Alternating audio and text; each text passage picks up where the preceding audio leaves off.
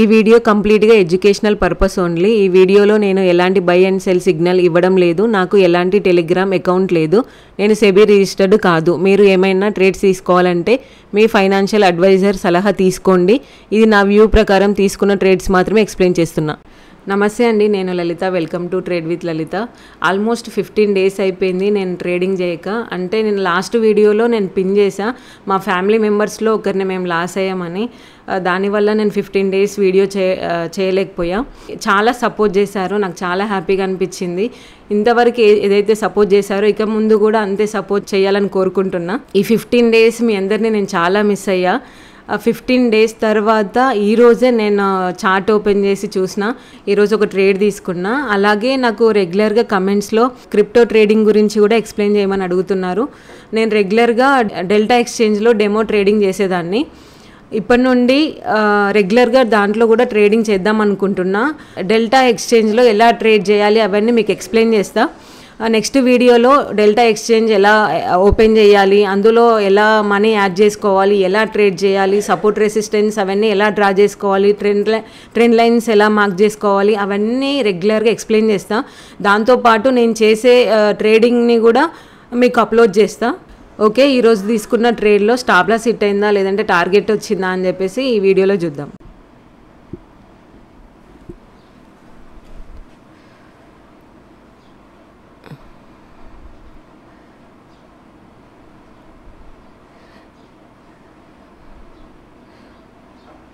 Okay, నేను ఇక్కడ call side trade తీసుకుందాం అనుకుంటున్నా.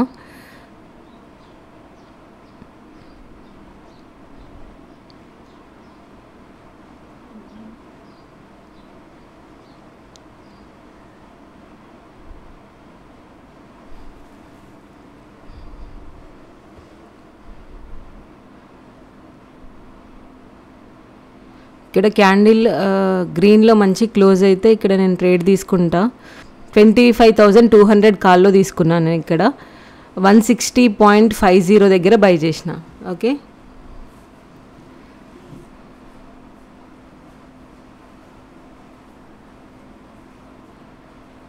ఓకే ఫస్ట్ అయితే stop loss పెట్టేస్తున్నా.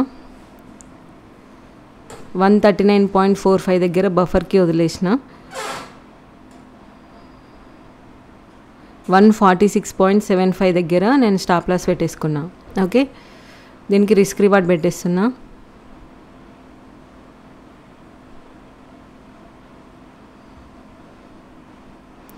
Okay, stop loss వచ్చేసి నాకు 13 points వచ్చింది.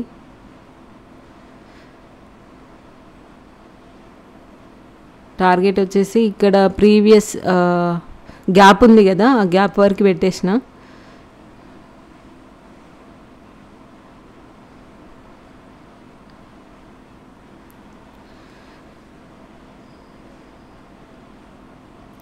ఇక్కడ 25,300 క్రాస్ అయిందని చెప్పేసి నేను ఇక్కడ ట్రేడ్ తీసుకున్నా.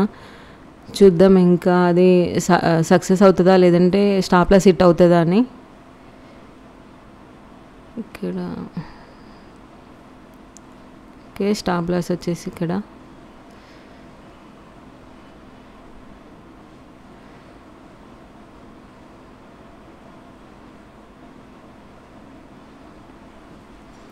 ఓకే, టార్గెట్ ఇక్కడ వరకు పెట్టేసిన 25,360 వరకు.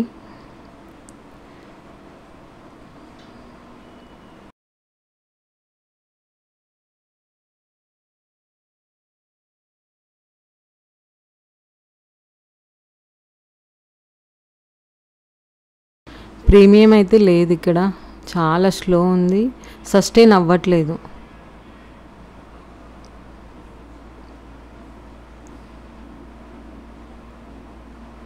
డికే అయిపోతుంది, తొందరగా డికే అయిపోతుంది. ఓఐ చేంజ్ 25,300. ఇక్కడ ఓఐ అనేది ఇంక్రీజ్ అయింది, అందుకనే నేను అక్కడ అప్ సైడ్ తీసుకున్నా. యాక్చువల్గా అయితే నాది మార్నింగ్ డౌన్ సైడే ఉండే నా వ్యూ, బట్ అక్కడ సపోర్ట్ వచ్చింది, ఓఐ ఇంక్రీజ్ అయ్యారని చెప్పేసి నేను అక్కడ తీసుకున్నా, ట్రేడ్ తీసుకున్నా. బట్ పై సైడ్ కూడా స్ట్రాంగ్ అనిపించట్లేదు, చూద్దాం.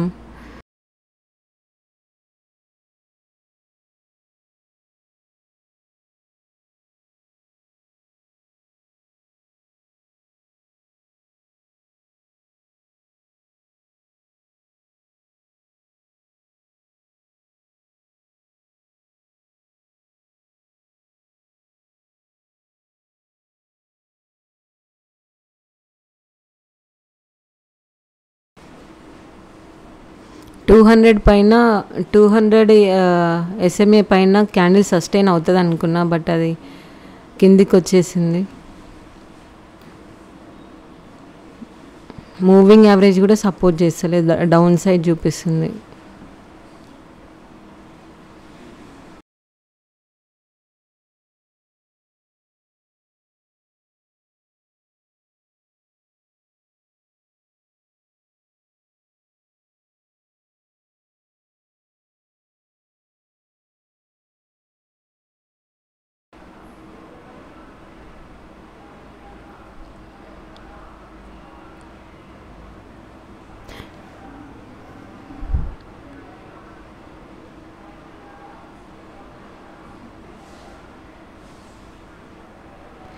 ఓకే, స్టాప్ లాస్ హిట్ అయిపోయింది. ఓకే, మీరు ఇక్కడ చూడొచ్చు 1035 మైనస్ వచ్చింది. 25,200 కాల్లో తీసుకున్నా నేను. 75 క్వాంటిటీ 160.50 దగ్గర బై చేసిన. 146.70 దగ్గర స్టాప్ లాస్ హిట్ అయిపోయింది. ఓవరాల్గా ఈరోజు 1035 మైనస్ వచ్చింది. ఇక్కడ ఈ ప్లేస్లో నేను ట్రేడ్ తీసుకున్నాను. ఈ ప్లేస్లో నేను ఎందుకు ట్రేడ్ తీసుకున్నానో మీకు ఎక్స్ప్లెయిన్ చేస్తాను. మార్నింగ్ టైంలో నా వ్యూ ఎట్ సైడ్ ఉండే అనేది మీకు ఎక్స్ప్లెయిన్ చేస్తా. ఓకే, ఫస్ట్ 1 అవర్ టైం ఫ్రేమ్లోకి వెళ్దాము. 1 అవర్ టైం ఫ్రేమ్లో మార్నింగ్ ఇక్కడ ఈ గ్రీన్ క్యాండిల్ని ఎలిమినేట్ చేస్తున్నప్పుడు నేను ట్రేడ్ తీసుకుందాం అనుకున్నా, బట్ అది ఓపెన్ అవ్వడమే ఇక్కడ ఓపెన్ అయింది. డైరెక్ట్ ఇక్కడ ఓపెన్ అయింది. నేను ఇక్కడ ఓపెన్ అయ్యి ఇది క్రాస్ చేస్తుంటే, ఈ లైన్ క్రాస్ చేస్తుంటే, అంటే ఈ గ్రీన్ క్యాండిల్ని క్రాస్ చేస్తుంటే నేను డౌన్ సైడ్ తీసుకుందాం అనుకున్నా, బట్ ఓపెన్ అవ్వడమే ఇక్కడ ఓపెన్ అయింది. ఓపెనింగ్ వచ్చేసి 25,238 దగ్గర ఓపెన్ చేసిరు. ఓకే, మళ్ళీ కొంచెం కిందికి వచ్చేసి 25,200 దగ్గర నుండి సపోర్ట్ తీసుకొని మళ్ళీ మార్కెట్ పైకి వెళ్ళింది. పైకి వెళ్ళి ఇక్కడ క్యాండిల్ సస్టైన్ అవుతుంది కదా అని చెప్పేసి నేను అప్ సైడ్ తీసుకున్నా, బట్ నా వ్యూ మాత్రం డౌన్ సైడే ఉండే. ఎందుకు అంటే రెగ్యులర్గా నేను 20 and 200 SMA యూజ్ చేస్తా కదా. రెగ్యులర్గా ఇది 200 ఇక్కడ ఫ్లాట్ ఉండి 20 SMA పైకి ఇలా వెళ్తుంటుంటే ఇక్కడ నాకు ఆపర్చునిటీ వస్తే నేను తీసుకుంటా. వన్స్ ఇక్కడ మార్కెట్ పైకి వెళ్ళిన తర్వాత ఈ 220 SMA లాంగ్ అయిపోతుంది కదా. లాంగ్ అయిపోయినప్పుడు నేను అప్ సైడ్ ఆలోచించాను, డౌన్ సైడే ఆలోచిస్తాను. అది నాకు ఇక్కడ డౌన్ సైడ్ ఎక్కడ ఆపర్చునిటీ వస్తుందా అని వెయిట్ చేస్తాను నేను అప్పుడు.